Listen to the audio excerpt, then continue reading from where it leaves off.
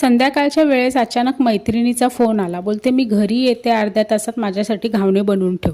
म्हटलं आता अर्ध्या तासात घावणे कसे होतील, तुम्हालाही प्रश्न पडला असेल ना.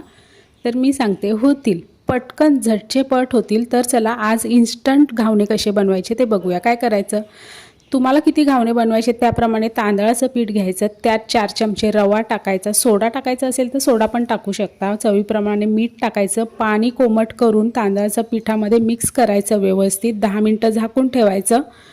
नॉनस्टिक पॅन घ्यायचा, 10 मिनटानंतर बघायचं पीठ थोडंसं घट्ट झालं असेल तर परत पाणी टाकायचं आणि कन्सिस्टन्सी एकदम पातळ नाही एकदम घट्ट नाही अशी करायची.